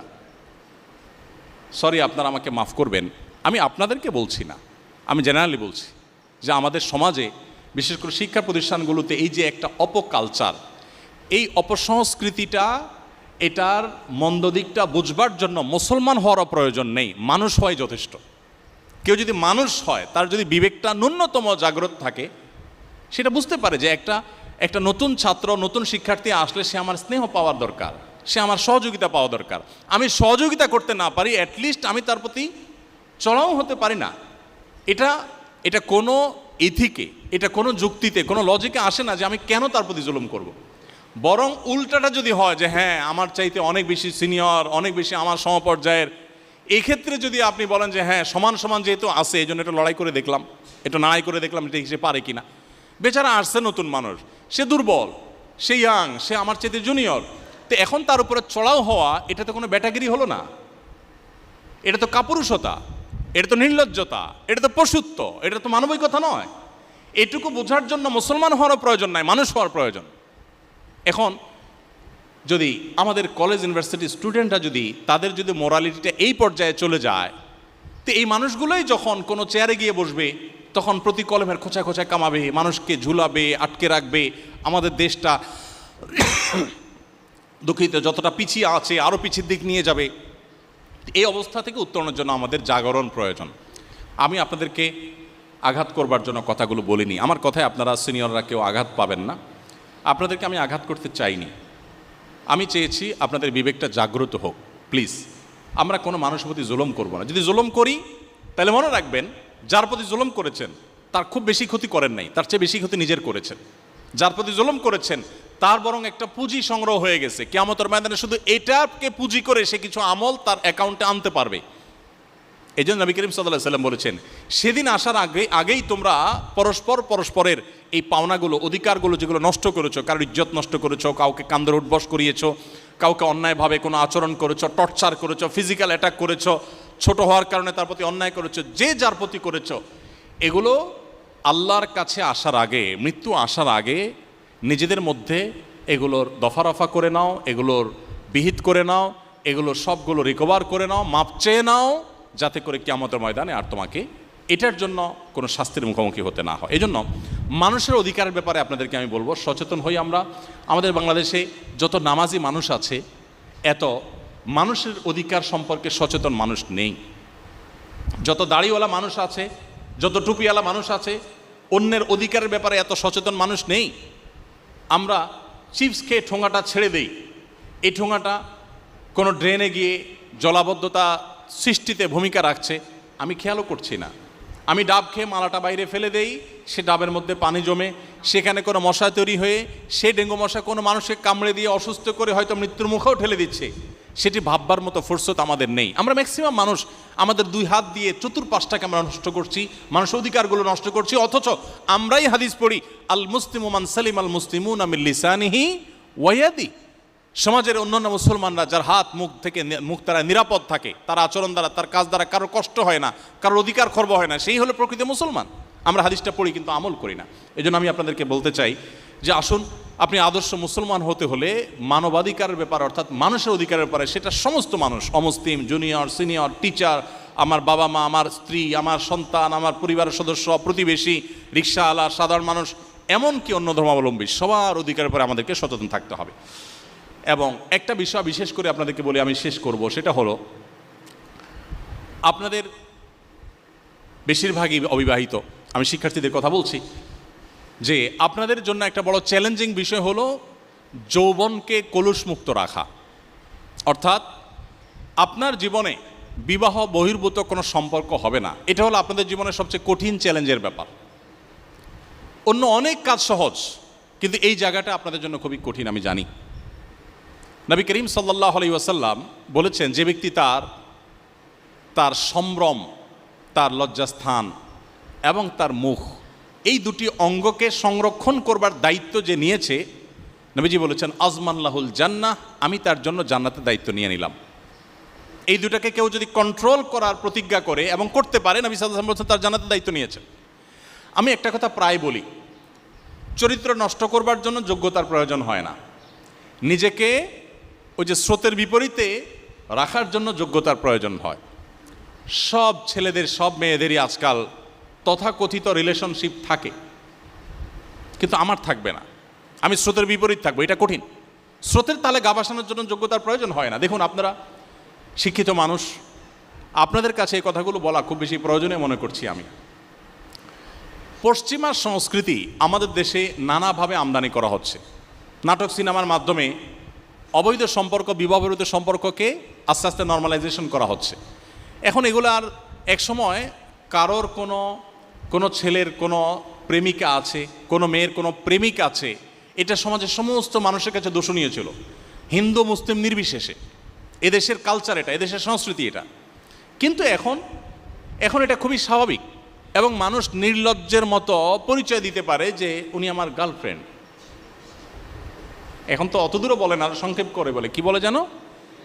GF, BF. তো জিএফ মানে হলো, সহজ বাংলা যদি আমি বলতে চাই, সরল করে বলতে চাই, কারণ জিএফ বিএফ থাকা মানে হলো এই কথা বলা যে আমি একজন চরিত্রহীন, এই কথা বলা যে আমি একজন ব্যভিচারী, এই কথা বলা যে আমি একজন জেনাকার। ওই জিনিসটাকে কতটা স্টাইলি বানায় ফেলছি আমরা। দেখেন, একজন ব্যভিচারে লিপ্ত মানুষ খুব গর্ব করে পরিচয় করিয়ে দিচ্ছে যে he is my BF, GF. অপরাধ, এটাকে মানুষের কাছে অপরাধ বোধটাকে দূর করে এটাকে সহজ করে দেওয়ার, নর্মালাইজেশন করা একটা প্রক্রিয়া, এটা মাস্টার প্ল্যান ভাই। আমি যদি মনে করি যে এটা এমনি এমনি হয়ে গেছে, ভুল। এটা মাস্টার প্ল্যান। পশ্চিমারা আমাদের ভালো জিনিসগুলো সহ্য করে না, ওদের অনেক ভালো জিনিস আছে, ওদের জ্ঞানে বিজ্ঞানে তারা আমাদের সাথে এগিয়ে, অনেক ক্ষেত্রে তারা আমাদের সাথে এগিয়ে। সন্দেহাতীতভাবে আমরা সেগুলোতে তাদের সাথে টেক্কা দেওয়ার চেষ্টা করব, তাদেরকে টাচ করার বা তাদেরকে পেছনে ফেলার চেষ্টা করব, কিন্তু তাদের খিস্তি খেউড় যেগুলো তাদেরকে ধ্বংস করে দিয়েছে, সেগুলো আমরা কেন আমদানি করতে চাই? পশ্চিমারা তো অন্যের অধিকার নষ্ট করার ব্যাপারে খুবই দায়িত্বশীল। তারা তো কোথাও ময়লা আবর্জনা ফেলে না, প্রতিবেশীকে কষ্ট দেয় না। আমরা তাদের সেই ভালো গুণগুলো কেন নেই না? আমরা নেই তাদের সব খিস্তি খেউড়গুলো। আমাদের সমাজে পশ্চিমা দুনিয়ার ভালো কিছু বা অমুসলিম প্রধান দেশগুলোর, উন্নত দেশগুলোর ভালো কিছু আমদানি করতে আপনি দেখবেন না। বিশেষ করে মিডিয়াগুলোর একটা অংশ বা তাদের ভূমিকা কিছু কিছু ক্ষেত্রে আমরা দেখি যে সমস্ত মন্দ দিকগুলোকে তারা আমদানি করে দেয় এবং এগুলোকে সহজ করে দেয়। দেখুন, আমি একটা কথা প্রায় বলি, পশ্চিমা পৃথিবী, উন্নত দেশগুলো, ইউরোপ, আমেরিকা, তারা জ্ঞানে বিজ্ঞানে, তথ্য প্রযুক্তিতে অন্য দিক থেকে আমাদের চাইতে যদি 500 বছর এগিয়ে থাকে, তো ফ্যামিলি বন্ডিংয়ে, পরিবার ব্যবস্থাপনায়, সন্তানের সাথে মা বাবার সাথে বোঝাপড়ায়, স্বামী স্ত্রীর পারস্পরিক সম্পর্কের উন্নতির ক্ষেত্রে আমরা ওদের চাইতে 500 বছর এগিয়ে আছি। এটা এদেশের শুধু মুসলিম নয়, এটা এদেশের মুসলিম, এ অঞ্চলের হিন্দু, খ্রিস্টান, বৌদ্ধ সকলের ক্ষেত্রে প্রযোজ্য। যে অঞ্চলের মানুষ আমরা পশ্চিমাদের চাইতে, ইউরোপ আমেরিকানদের চাইতে জ্ঞানে বিজ্ঞানে, তথ্য প্রযুক্তিতে অনেক দিক থেকে যদি পিছিয়েও থাকি, আমাদের পরিবার ব্যবস্থাপনায় তাদের চাইতে আমরা বহুদূর এগিয়ে, যারা তারা কল্পনাও করতে পারে না। বাবা মাকে সন্তান কতটা ফিল করে, কতটা ভালোবাসে, সন্তানকে বাবা মা কত ভালোবাসেন, স্বামী স্ত্রীর সম্পর্ক এখন ভয়ঙ্কর একটা জায়গায় আমরা চলে গেছি। এরপরও দাম্পত্য কলহ, বিবাহ বিচ্ছেদের হার আমাদের সমাজে ভয়ঙ্করভাবে বেড়ে চলেছে। এত কিছুর পরও, আমাদের এত পতনের পরও আমরা যেই জায়গায় দাঁড়িয়ে আছি, পশ্চিমারা, ইউরোপিয়ানরা, আমেরিকানরা, পৃথিবীর উন্নত দেশগুলো এখনও সেই জায়গায় যাওয়ার কথা কল্পনাও করতে পারে না। আপনারা স্মার্টফোন সবাই ব্যবহার করেন, দেখবেন স্মার্টফোনে বিভিন্ন অ্যাপের যে অ্যাডভার্টাইজ আছে, এই স্পন্সর্ড যে অ্যাডভার্টাইজগুলো থাকে, এর মধ্যে প্রায় সময় দেখবেন, আমার চোখে পড়ে, নিশ্চয় আপনাদেরও চোখে পড়েছে, যে স্বামীর হাতে মোবাইল, সোফার উপর হয়তো ঝিমায় পড়ছে, ঘুমায় গেছে, স্ত্রী এসে মোবাইলটা খোলার চেষ্টা করতেছে অন্য কোনো মেয়ের সাথে সম্পর্ক আছে কিনা এটা জানার জন্য, তো করতে পারছে না, কারণ এই অ্যাপটা তার কাছে ইনস্টল করা আছে, যার কারণে তার ফিঙ্গারপ্রিন্ট দিয়ে লক দেওয়া আছে, অথবা ফেস লক আছে, অথবা পাসওয়ার্ড দেওয়া আছে। এগুলো অ্যাডভার্টাইজমেন্ট আপনাদের চোখে পড়েছে না? এর মানে কি দাঁড়ালো? এর মানে হলো প্রত্যেকটা মানুষই, তারা প্রত্যেকটা মানুষকে অবিশ্বাস করে, বিশ্বাসের কোনো জায়গা নেই। পুরুষ লোকটা সে অনেকের সাথে তার সম্পর্ক, মেয়ে লোকটা তার অনেকের সাথে সম্পর্ক। দেখুন, আমাদের সমাজে দাম্পত্য কলহ ভয়াবহ পর্যায়ে পৌঁছার পরও আমি বিশ্বাস করি, এবং আপনারা অনেকেই আমার সাথে একমত হবেন, এখনও লাখো ফ্যামিলি এরকম আছেন, লাখো স্বামী স্ত্রী এমন আছেন, এমন কাপল আছেন যারা পরস্পরের প্রতি এতটা বিশ্বাস যে মোবাইল ফোন চেক করা তো দূরের কথা, যে কেমন হয়ে গেলে তারা বিশ্বাস করবেন না তাদের জীবনসঙ্গী অন্য কারোর সাথে কোনো প্রকার অবৈধ সম্পর্কে জড়াতে পারে। এটা ভাবতেই পারেন না। এরকম ফ্যামিলি লক্ষ লক্ষ এখনও আমাদের সমাজে আছে। পশ্চিমারা এরকম ফ্যামিলি বোধহয় চালনি দিয়ে যদি চালা হয় তাহলে হয়তো দুই একটা ফ্যামিলি তারা খুঁজে পাবে না। এখনও পর্যন্ত আমাদের পরিবার অবস্থান এতটা ভালো। তো এই জায়গাটা নষ্ট করার জন্য অন্যতম একটা চক্রান্তের অংশ হলো আমাদের যুবকদের যৌবনকে ধ্বংস করে তাদেরকে বিবাহ বহির্ভূত সম্পর্কের দিকে নিয়ে যাওয়া।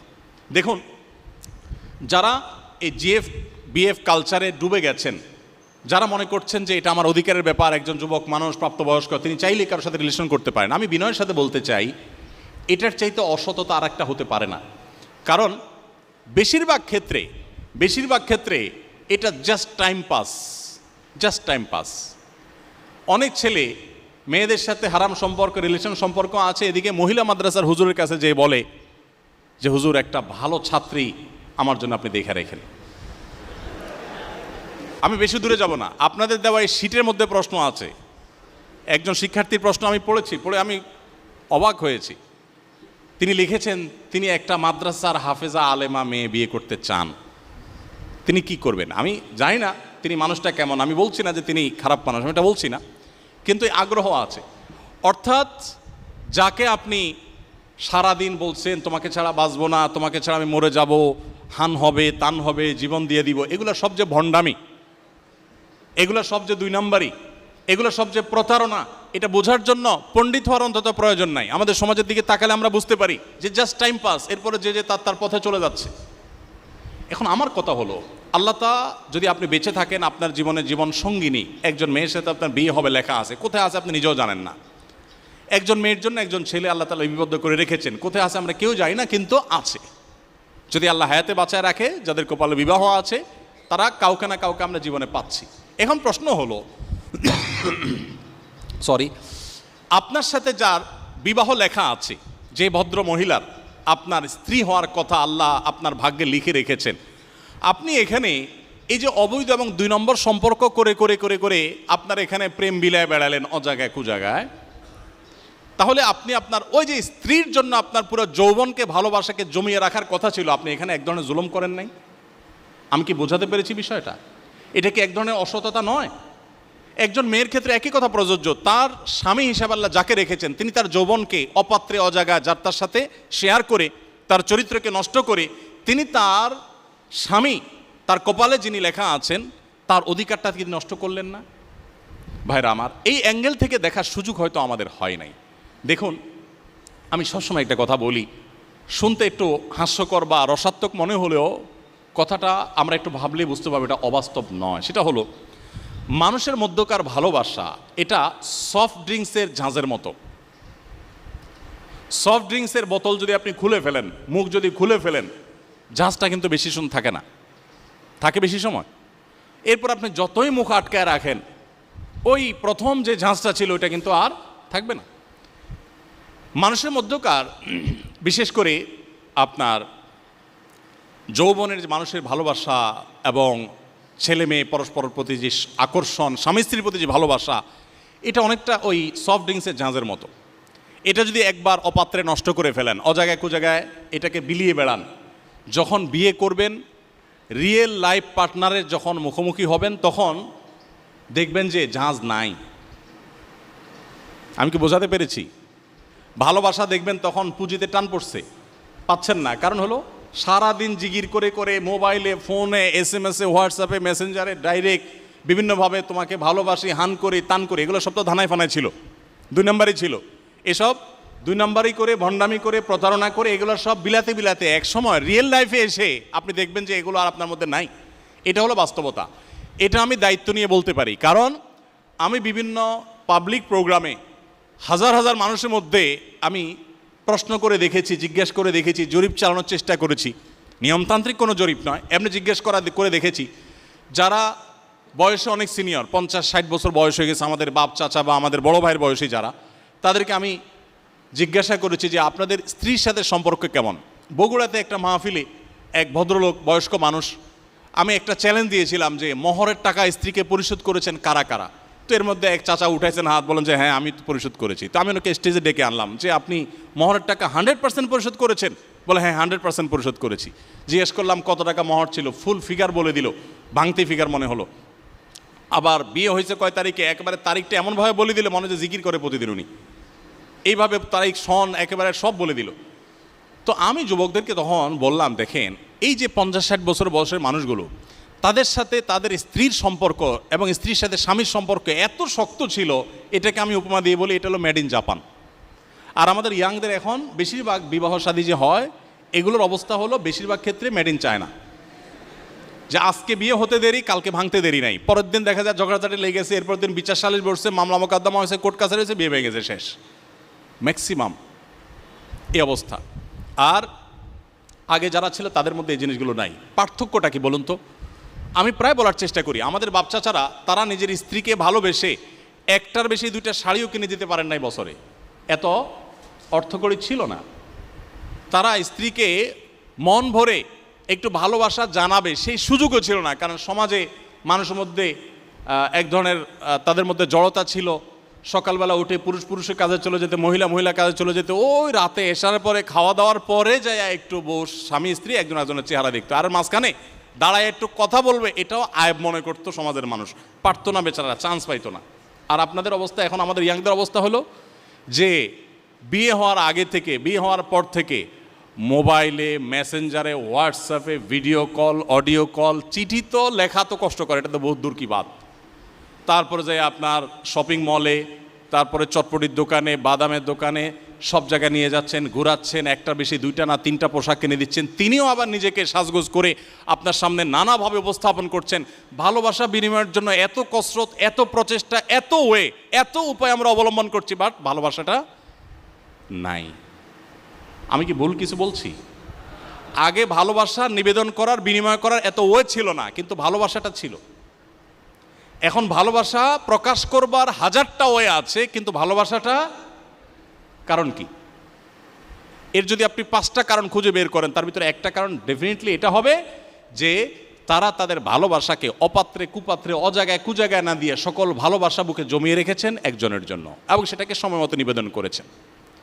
বিবাহের আগে আজকাল একটা কথা উঠে যে হঠাৎ করে একটা লোকের সাথে কেমনে থাকে, এক্সপেরিমেন্ট নাই, কোনো জানাশোনা নাই, অজানা অচেনা একটা মানুষের সাথে হঠাৎ করে কেমনে ঘর করে, সংসার করে।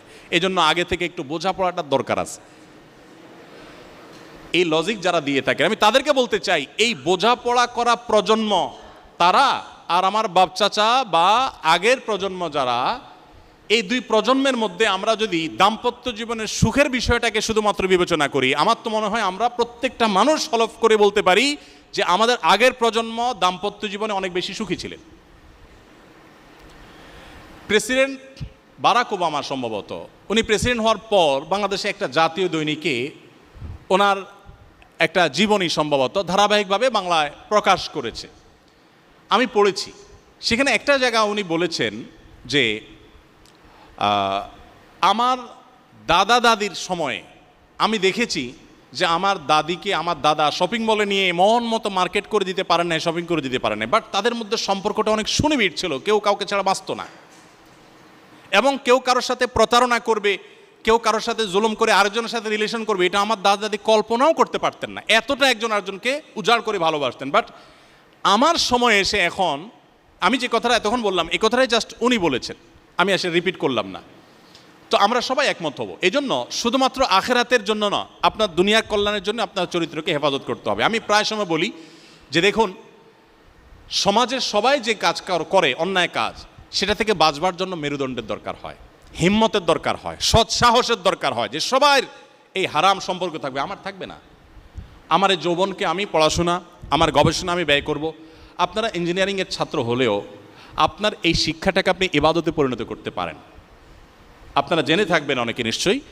আপনার উদ্দেশ্য যদি হয় আমি এর মাধ্যমে মুসলিম মিল্লাতের কোনো সমস্যার সমাধান করব, আমি ইঞ্জিনিয়ার হয়ে আমি মানুষ উপকার করব, যারা মানুষের ফাইল আটকে রাখে আমি মানুষের ফাইল আটকে রাখবো না, আমি ভালো দৃষ্টান্ত স্থাপন করব। সেটা করতে গিয়ে অফিসে আমাকে বহু ঘাত প্রতিঘাত পোহাতে হতে পারে, বহু জুলুমের শিকার হতে পারে, বহু অন্যায়ের শিকার হতে পারে, বাট আমি সবগুলো মাথা পেতে নিব। তারপর আমি সততার ক্ষেত্রে আমি কম্প্রোমাইজ করব না।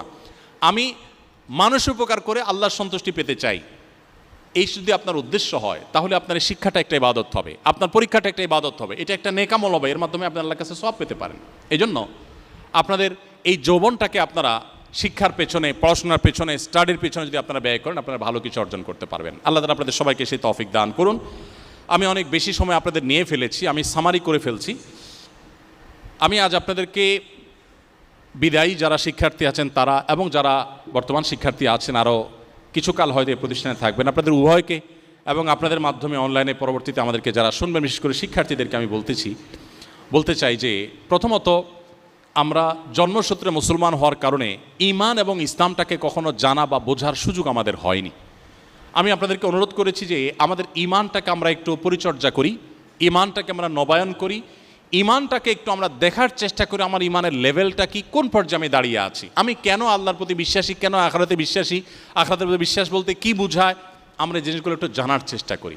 আর ঈমানের পারদ বা মিটারকে উপরে তোলার জন্য আমি আপনাদেরকে পরামর্শ দিয়েছিলাম যে আমরা কোরআনে কারিমের শুরু থেকে শেষ পর্যন্ত সুন্দর করে অর্থ সহকারে বুঝে কমপক্ষে একবার একটু সময় নিয়ে পড়ার চেষ্টা করি। প্রতিদিন আমি যদি 2 পৃষ্ঠা 3 পৃষ্ঠা করে কোরআন পড়ি বা 1 পৃষ্ঠা করে আমি কোরআন পড়ি, 1 পৃষ্ঠা করে পড়লে সারা বছরে আপনার পুরো কোরআন বুঝে পড়া শেষ হয়ে যাবে। এই জন্য আমাদের ফাউন্ডেশন থেকে যে কোরআন বর্ষ আমরা ঘোষণা দিয়েছি, কম্পিটিশনে ঘোষণা দিয়েছি, সেখানে ইনভলভ হলে আপনার কোরআন বোঝাও হয়ে গেল, পুরস্কারও পেলেন, আল্লাহর কাছে সওয়াবও আপনি পেলেন। দ্বিতীয়ত ঈমান বৃদ্ধি করার জন্য বলেছিলাম নবী করিম সাল্লাল্লাহু আলাইহি ওয়াসাল্লাম একটা সিরাত গ্রন্থ পাঠ করার জন্য। আপনি একটা সিরাতের গ্রন্থ, কোরআনের একটা অনুবাদের কপি, এই দুটো জিনিস আপনার সাথে রাখেন, একটা পড়ে শেষ করেন। ইনশাআল্লাহ আমি বিশ্বাস করি যে এটা শেষ করার পর আপনি ঈমানদার হিসাবে গতানুগতিক না হয়ে আপনার ঈমানটাকে আপনি অনুভব করবেন এবং তার তৃপ্তি আপনি পাবেন ইনশাআল্লাহ।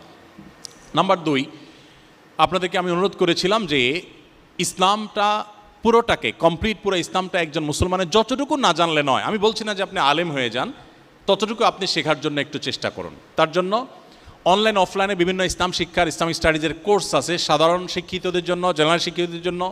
সেই কোর্সগুলো আমরা সেগুলো নিতে পারি এবং সেগুলোতে ইনভলভ হতে পারি। এর বাইরে আফটার স্কুল, আফটার কলেজ নামে বিভিন্ন প্রোগ্রাম বিভিন্ন স্কুল, বিভিন্ন মসজিদে, শিক্ষা প্রতিষ্ঠানে হয়ে থাকে, সেগুলোতে আপনি ইনভলভ হন।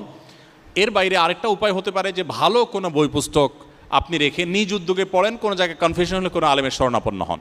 এর জন্য আপনি কোরআন কারীমের একটা অনুবাদ গ্রন্থ, একটা হাদিস সংকলনের গ্রন্থ, একটা সিরাত নবীজির জীবনী গ্রন্থ, একটা মাসলামা সেলের গ্রন্থ, ইসলামের ইতিহাসের একটা জেনারেল বই, এভাবে কয়েকটা বই মিলিয়ে আপনি ইসলাম শিক্ষার একটা কমপ্লিট সিলেবাস আপনার কাছে রেখে এই বইগুলো আপনি পড়ে শেষ করেন। এর মাধ্যমে আপনি ইসলাম শিখতে পারেন।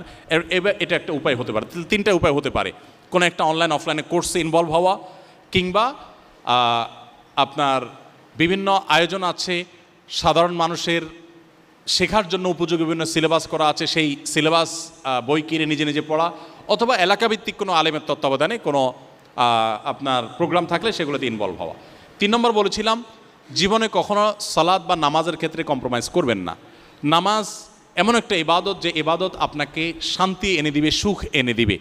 নামাজ মানুষকে সুখের সন্ধান দেয়। নামাজের মধ্যে যে তৃপ্তি আছে, এই তৃপ্তি পৃথিবীর অন্য অনেক কিছুর মধ্যে নেই। আমরা হয়তো অনেকে নামাজ পড়ি কিন্তু তৃপ্তি পাই না। আমি যদি যথাযথভাবে পড়ি, খুশুর সাথে পড়ি, মনোযোগের সাথে পড়ি, ধীরস্থিরতার সাথে পড়ি, আপনি আমার কথাকে পরীক্ষা করবার জন্য হলেও আপনার কোনো ডিপ্রেশন আছে, কখনো পেরেশানি আছে, আপনি ভোর রাতে তাহাজ্জুদের সময় উঠে সুন্দর করে অজু করে খুব ধীরে ধীরে লম্বা রুকু লম্বা সেজদা দিয়ে খুব আস্তে আস্তে খুব ভক্তি সহকারে শ্রদ্ধা সহকারে তাওয়াজুর সাথে বিনয়ের সাথে খুশুখুজুর সাথে আপনি 2 রাকাত বা 4 রাকাত তাহাজ্জুদের নামাজ পড়ে একটু হাত তুলে আল্লাহর সাথে একটু কথা বলার চেষ্টা করেন, আল্লাহকে নিজের মনের সব ব্যথাগুলো একটু বলার চেষ্টা করেন। আমি আপনাকে দায়িত্ব নিয়ে আল্লাহর উপরে ভরসা রেখে বলতে পারি যে আপনি অনুভব করবেন যে এই সালাত এই দোয়া আপনাকে অনেকটা নির্ভর করেছে। দেখুন, মানুষের ভয় যদি আমরা কাঁদি আমাদের অন্তরটা ভারী হয়ে ওঠে, আমাদের ভালো লাগে না, কষ্ট হয় যে মানুষের ভয় ভীত হয়েছি, আমি মনটাতে সংকোচ বোধ করি, সংকীর্ণতা অনুভব করি। বাট আল্লাহর কাছে আপনি কি কখনো কেঁদে দেখেছেন? আমি জানি না আমরা কয়জন সেটা দেখেছি। আপনি আল্লাহর কাছে ভোর রাতে উঠে আমি যেমনটি বললাম 2-4 রাকাত তাহাজ্জুদ পড়ে একটু হাত তুলে 10-20 মিনিট ধরে একটু কেঁদে কেঁদে মনের দুঃখগুলো আল্লাহকে একটু বলেন, কষ্টগুলো আল্লাহকে একটু বলেন। আমি নিশ্চিতভাবে আপনাকে বলতে পারি যে আপনি যদি এটি করতে পারেন, মানুষের ভয়ে কেঁদে যেখানে আপনি ভীত সন্ত্রস্ত, আপনি যেখানে সংকোচ এবং সংকীর্ণ অনুভব করছেন, আল্লাহর ভয়ে যখন আপনি কাঁদবেন আপনার অন্তরটা ফ্রেশ অনুভব করবেন। আপনি দেখতে পাবেন আপনার মধ্যে অসম্ভব অবর্ণনীয় প্রশান্তি কাজ করছে। তো এই জন্য আমি আপনাদেরকে বলবো 5 ওয়াক্ত নামাজ এবং আল্লাহর কাছে দোয়া এবং আল্লাহর দিকে ফিরে আসার চেষ্টা করি এবং আল্লাহর কাছে এর জন্য জবাবদিহি করতে হবে। ভাই, এই জীবন পার হয়ে যাবে। আউয়ালু মা ইউহাসাবু বিহিল আবদু ইয়াউমাল কিয়ামাতি আস-সালাহ, কিয়ামতের সর্বপ্রথম নামাজের হিসাব মানুষকে আল্লাহর কাছে দিতে হবে। 4 নম্বরে বলেছিলাম জীবন সংকল্প করব যে আমি আমার কর্মজীবনে কখন হারাম উপার্জনে যাব না। এর জন্য আমার পরিবার, আমার জীবন সঙ্গী সবার সাথে আমাদের বোঝাপড়া আগে থেকে হয়ে যাবে এবং মেন্টালি আমরা প্রস্তুত থাকবো যে আমি এই কাজ করব না, সবাই করবে, আমি করব না, আমি স্রোতের বিপরীতে যাব। বিপরীতে চলতে গিয়ে আমার চাকরি চলে যেতে পারে, আমার পোস্টিং ভিন্ন জায়গা হতে পারে, আমার অনেক অসুবিধা হতে পারে, বাট আমি সেটা করলে লাভ হবে কি? নিজে মানসিকভাবে সুখী হব। আমি জানবো যে আমি কোনো চোর না, দুর্নীতি, অপরাধবোধের জ্বালা আমাকে দৌড়াতে থাকবে, পীড়া দিতে থাকবে, আমি কখনো সুখী হতে পারবো না। আর আখিরাতের আযাব তো আছেই। 5 নম্বর বলেছিলাম সমস্ত মানুষের অধিকারের ব্যাপারে সচেতন থাকা, কোনো মানুষের কষ্টের কারণ না হওয়া, সেটা কথা দিয়ে হোক, আচরণ দিয়ে হোক, তার অর্থ আত্মসাৎ করে হোক, কোনোভাবে কোনো মানুষ আমার দ্বারা কষ্ট পাবে না। ডক্টর আব্দুল্লাহ জাহাঙ্গীর রহমতুল্লাহ আলাইহি, যার কথা বলেছিলাম, ইসলামী বিশ্ববিদ্যালয় কুষ্টিয়ার প্রফেসর, স্যারের একটা বক্তব্যে স্যার বলেছিলেন যে ইসলাম নিয়ে আমি দেশের বাইরে পড়াশোনা করেছি, পিএইচডি করেছি, যত ডিগ্রি নিয়েছি, যত পড়াশোনা করেছি এবং বহুদিন অধ্যাপনা করেছি, ইসলাম নিয়ে আমার শেখানোর এই দীর্ঘ অভিজ্ঞতার ফসল যদি আমার কাছে আপনি জানতে চান, আমি 2 লাইনে আপনাকে দিতে পারবো। তো স্যার বলেছেন তার 1 নম্বর লাইন হলো ঈমান আনার পর, আল্লাহর প্রতি ঈমান আনার পর, ইসলামের মৌলিক যে নামাজ রোজা ফরজ কাজগুলো আছে 4-5টা মেইন এগুলোর পর আল্লাহকে খুশি করার সবচেয়ে শর্টকাট ওয়ে, যেটাতে আল্লাহ বান্দার প্রতি সবচেয়ে বেশি সন্তুষ্ট হন, মানুষ জান্নাতের সবচেয়ে বেশি উপযুক্ত হয়, সেই পথটা হলো মানুষের উপকার করা। সমস্ত কোরআন হাদিসের নির্যাস এই কথা। আর দ্বিতীয় লাইন হলো আল্লাহর প্রতি অবিশ্বাস এবং কুফরি। এটার পর বড় বড় যে অপরাধগুলো আছে, পাপাচারগুলো আছে, জেনা, ব্যভিচার, চুরি, রাহাজানি, এগুলোর পর সবচেয়ে বেশি আল্লাহ অসন্তুষ্ট হন, মানুষ জাহান্নামে যায়, মানুষ আল্লাহর রোষানলে পড়ে সবচেয়ে বেশি যখন মানুষকে কষ্ট দেয়। স্যার বলেছেন যে আমার পুরা ইসলামের স্টাডির সামারি হলো এই 2 লাইন। কোরআন হাদিসে যত কথা বলা হয়েছে তার সামারি হলো এই 2 লাইন। এজন্য একজন মুসলিম হিসাবে, একজন বিবেকবান মানুষ হিসাবে আমরা সবসময় সচেষ্ট থাকবো কেউ আমার দ্বারা যেন কষ্ট না হয়। মানুষ হিসাবে কখনো আমার বদমেজাজ হয়ে গেছে, কারোর প্রতি আমি রাব বিহেভ করে ফেলেছি, আমি তড়িৎ গতিতে তার কাছে মাপ চেয়ে নিব, কোনো কার্পণ্য, কোনো কুণ্ঠা আমি এই জন্য বোধ করবো না। 6 নম্বর যেটা বলেছি আপনাদেরকে এবং সর্বশেষ পয়েন্ট, সেটি হলো যে আপনাদের যৌবনকে আপনারা হেফাজত করবার চেষ্টা করবেন। কোনোভাবে বিবাহ বহির্ভূত সম্পর্কে আপনারা জড়াবেন না। পশ্চিমাদের অনেক ভালো জিনিস আছে, সেগুলো আপনারা ধারণ করেন, আমার আপত্তি নেই, কিন্তু মনে রাখবেন এই বিবাহ বহির্ভূত সম্পর্কের এই অপসংস্কৃতি, এটা তাদেরকে ভালো কিছু দেয় নাই, খারাপ কিছু দিয়েছে। এটা আমাদের সমাজে আমদানি করার মধ্যে আমাদের সমাজের কোনো কল্যাণ নেই, ক্ষতি আছে। আপনারা জানেন ইসলামের সবচেয়ে কঠিন শাস্তি, সবচেয়ে নির্মম শাস্তি রয়েছে বিবাহিত মানুষ যদি ব্যভিচারে লিপ্ত হয়, বিবাহ বহির্ভূত সম্পর্কে লিপ্ত হয়, সবচেয়ে করুণভাবে তার মৃত্যুদণ্ড কার্যকর করার বিধান ইসলামী দণ্ডবিধিতে আছে। কেন এত করুণ বিধান, এত কঠিন বিধান দেওয়া হলো? 2 জন মানুষ নিজেদের সম্মতিতে ব্যভিচারে লিপ্ত হয়েছে, কারোর ক্ষতি তো করেনি। এখন সমাজে একটা কনসেপ্ট, ভালো মন্দ এটা পরখ করবার জন্য একটা মানদণ্ড আমরা দাঁড় করিয়ে ফেলেছি অনেকে, যে দুজনের সম্মতিতে কোনো কাজ হয়েছে, সেখানে থার্ড পার্সন কারোর কোনো ক্ষতি হয় নাই, এটা তাহলে তাদের রাইট। এরকম একটা জিনিস আমরা দাঁড় করিয়ে ফেলেছি না সমাজে।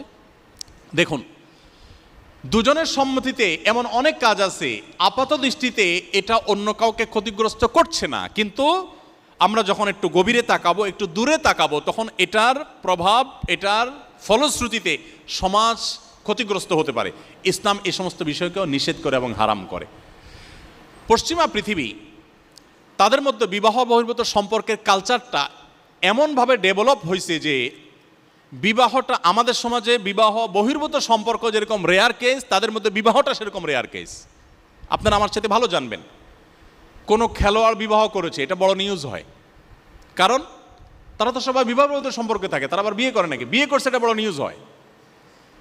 তো তাদের মধ্যে বিবাহটা এটা অস্বাভাবিক, আর বিবাহ ছাড়া এমনি মিউচুয়াল আন্ডারস্ট্যান্ডিংয়ের মাধ্যমে যে রিলেশন, এটা হলো তাদের কাছে স্বাভাবিক। এই বিবাহ বহির্ভূত সম্পর্ককে ডেভেলপ করার ফলশ্রুতিতে তারা কি পেয়েছে, আমি সেই জিনিসটা বোঝাতে চাইছি। তাদের প্রাপ্তিটা কি? এক নম্বর প্রাপ্তি হলো দাম্পত্য জীবন বলতে কিছু নেই, ডিপ্রেশন। ছোট ছোট ছেলে, জাপান কোরিয়ার মতো উন্নত দেশে ছোট ছোট ছেলে, স্কুলের ছেলেরা অনবরত আত্মহত্যা করতে থাকে, অনবরত। এই বয়সে ডিপ্রেশন কেন আসবে? সে তো কর্মজীবনে যায় নাই, সে তো অফিস আদালতে বস দ্বারা টর্চার্ড হয় নাই, সে তো নানাভাবে জুলুমের শিকার হবে, স্ত্রীর সাথে মনোমালিন্য হবে, সে পরিবেশে এখনো যায় নাই। ইয়াং বয়সে ডিপ্রেশন এর মাধ্যমে মৃত্যুর দিকে কোলে ঢলে পড়ছে এবং আত্মহত্যা করছে। কেন? এর কারণ হলো বাবার আদর সে পাচ্ছে না, মায়ের মমতা সে পাচ্ছে না। আমার সমাজে যেটা পাচ্ছে ওরা এটা চিন্তাও করতে পারে না, ওরা ধ্বংসের দ্বার প্রান্তে চলে গেছে।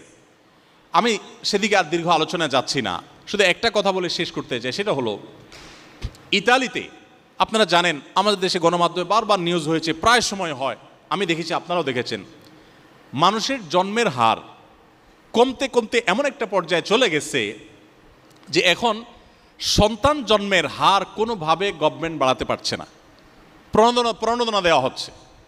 আমি থাইল্যান্ড গিয়েছিলাম, সেখানে এক বাংলাদেশি অনেক বয়স্ক, তাকে জিজ্ঞেস করলাম, ভাই বাচ্চা কাচ্চা কয়জন? তো বললেন এতজন।